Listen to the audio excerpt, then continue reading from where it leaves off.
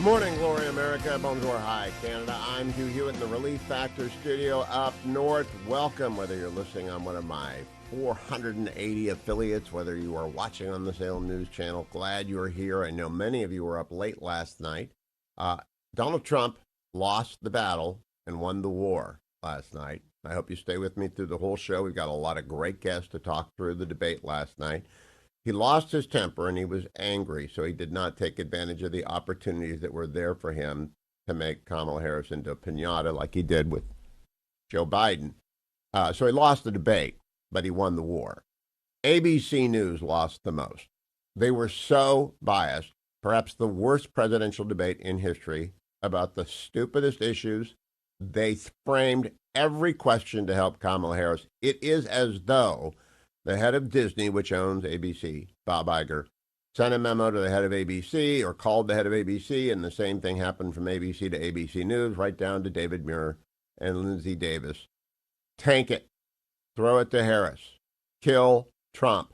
Stop Trump.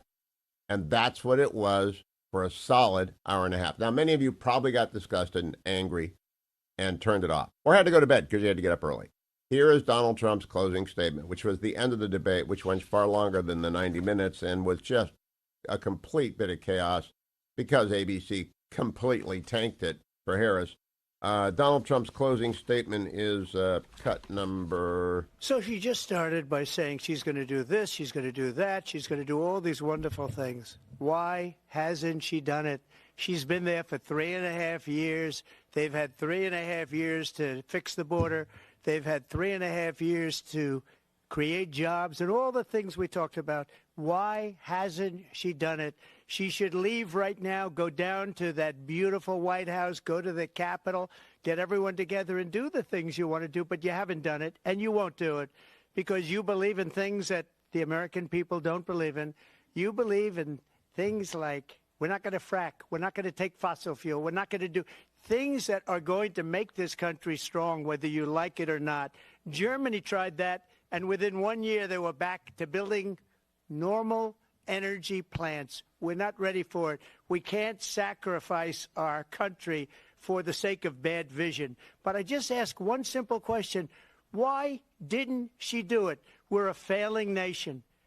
We're a nation that's in serious decline. We're being laughed at all over the world. All over the world, they're laughed. I know the leaders very well. They're coming to see me. They call me. We're laughed at all over the world. They don't understand what happened to us as a nation. We're not a leader. We don't have any idea what's going on. We have wars going on in the Middle East. We have wars going on with Russia and Ukraine. We're going to end up in a third world war, and it'll be a war like no other because of nuclear weapons, the power of weaponry. I rebuilt our entire military. She gave a lot of it away to the Taliban. She gave it to Afghanistan. What these people have done to our country, and maybe toughest of all, is allowing millions of people to come into our country. Many of them are criminals, and they're destroying our country. The worst president, the worst vice president in the history of our country. It was a very good closing statement. I don't know how many of you heard it. That's why I'm putting in this and posting it on YouTube. If you missed the debate entirely, let me give you the best sampling of the ABC pro-Harris debate panel. It was 3-on-1 last night, completely 3-on-1. But here are the ABC moderators, a montage. Cut 53, please. Do you believe Americans can afford higher prices because of tariffs? There is no state in this country where it is legal to kill a baby after it's born. But if I could just get a yes or no, because your running mate, J.D. Vance, has said that you would veto it if it did come to your desk. Well, why did you try to kill that bill, and successfully so? That would have put thousands of additional agents and officers on the border.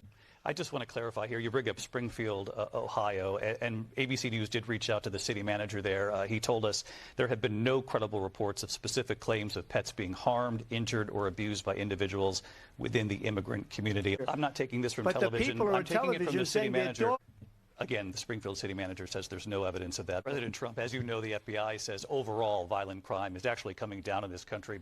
Mr. President, on January 6th, you told your supporters to march to the Capitol. You said you would be right there with them. The country and the world saw what played out at the Capitol that day, the officers coming under attack. Aides in the West Wing say you watched it unfold on television off the Oval Office. You did send out tweets, but it was more than 2 hours before you sent out that video message telling your supporters to go home. Is there anything you regret about what you did on that day? The question was about you as president, not about former Speaker Pelosi. In the past couple of weeks leading up to this debate, you have said, quote, you lost by a whisker, that you, quote, didn't quite make it, that you came up a little bit short. I said that? Are you now acknowledging that you lost in 2020? No, I did watch all of these pieces of video. I didn't detect the sarcasm, lost by a whisker, we didn't quite make it. And we should just point out here as clarification, and you know this, you and your allies, 60 cases in front of many judges, many of them no Republican. Judge looked at it. And said they there was said no we didn't have widespread standing. fraud. Vice President Harris, you heard the president there tonight. He said he didn't say that he lost by a whisker. So he still believes he did not lose the election. That was won by President Biden and yourself. This was a post from President Trump about this upcoming election just weeks away. He said, when I win, those people who cheated, and then he lists donors, voters, election officials, he says will be prosecuted to the fullest extent of the law, which will include long-term prison sentences. One of your campaign's top lawyers responded saying, we won't let Donald Trump intimidate us. We won't let him suppress the vote. Is that what you believe he's trying to do here? President Harris, he says you hate Israel. Your time is up. Just to clarify in the question, do you believe it's in the U.S. best interest for Ukraine to win this war, yes or no? I think President Harris, have you ever met Vladimir Putin? Can you clarify tonight? Vice President Harris, quote, I didn't know she was black until a number of years ago when she happened to turn black, and now she wants to be known as black. I want to ask a bigger picture question here tonight. Why do you believe it's appropriate to weigh in on the racial identity of your opponent? But those were your words. So I'm asking Vice President Harris your thoughts on this. So just a yes or no, you still do not have a plan. President Trump, with regard to the environment, you say that we have to have clean air and clean water. Vice President Harris, you call climate change an existential threat. The question to you both tonight is, what would you do to fight climate change? It was the worst moderation I have seen. I am 68 years old. I've done 5 GOP presidential primary debates, moderated them, co-moderated them. I have watched every presidential debate in my life. They beat Candy Crowley. She had one bad misstep in 2012. Many people criticized Chris Wallace in 2020. This was far worse. ABC just tanked. I wonder when they called the city manager, the poor city manager of Springfield, Ohio today. Evidently, he didn't share with them his July 8th letter to Sherrod Brown and Tim Scott begging for more money because between 15 and 20,000 Haitian immigrants have landed in Springfield, Ohio, a city of 58,000, in the last 3.5 years. Do you think the fact check might have put that in there? I don't know where to begin other than to say Donald Trump got mad. He missed a lot of opportunities. He lost the debate. He won the war. Because he talked about inflation, he talked about the economy, he talked about the border, and he talked about American strength. And so when you boil it all, I know legacy media is celebrating and popping champagne for Kamala. I know Kamala's doing a victory dance. She thinks she shone like the sun. Vapid answers, didn't answer a single direct question, was not pressed. But can I make my most important objection to last night? There was not one question about China. China is trying to displace America as the world's only superpower. It has become a peer. We are falling far behind. There is a Chinese spy discovered this week in the New York governor's office that's been there for, I think, 5 years.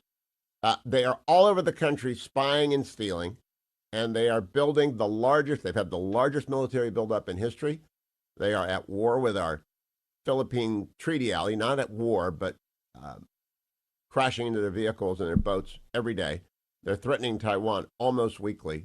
They're on the march around the world, and there was not one question. As to Russia, there was not one serious question. There wasn't one question on Iran.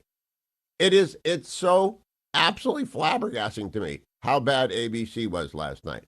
So I do believe the backlash against the legacy media and the elite media is going to redound to Donald Trump's benefit. I doubt the poll numbers moved at all last night because this election, people have already decided, voting has already begun.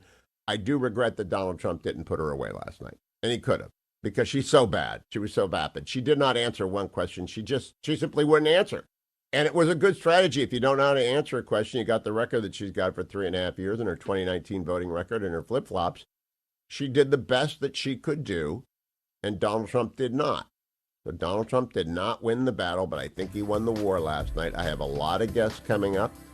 I'll review them. I think the market's going to be scared today that she did better than he did last night. I won't say she won. ABC lost. Donald Trump did not win. She did not win. And I will continue to talk about this throughout the day. What a stupid debate. What a poor performance. They've known they've had this debate since June, and that's what they came up with. Unbelievable, ABC.